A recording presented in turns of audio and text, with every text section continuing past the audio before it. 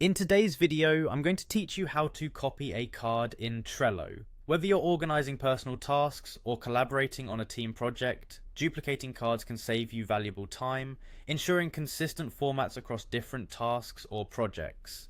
Let's dive into the process, making it as smooth and straightforward as possible.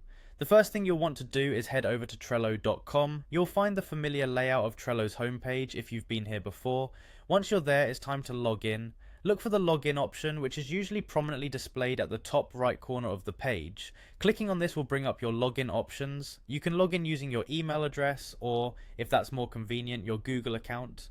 Just choose the method that works best for you and log in. If you're using single sign-on options or similar, make sure your credentials are handy. Once you're logged in, you'll be directed to your Trello workspace. Now go to your boards. This is where you'll find all the projects you're currently working on. If you have numerous boards, they might be organized under different categories within the Your Workspaces section. Navigate through your workspaces to find the board that contains the card you wish to copy.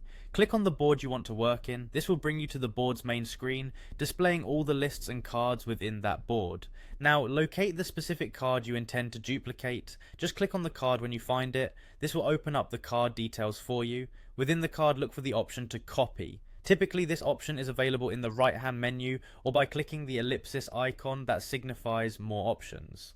Once you click on copy, a new menu will pop up, allowing you to set parameters for your new card. Here, you'll start by naming your new card. This can be identical to the original name if you're making a straight copy, or you can adjust it if needed to reflect slight changes in content or purpose.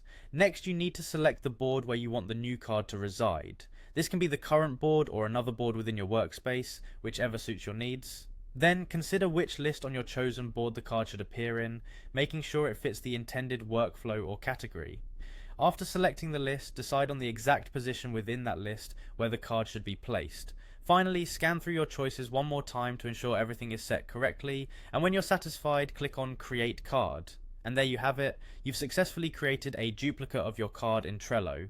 By following these steps, you can efficiently manage your tasks and maintain productivity with minimal effort. Keep practicing and you'll become faster and more proficient in no time. Happy organizing!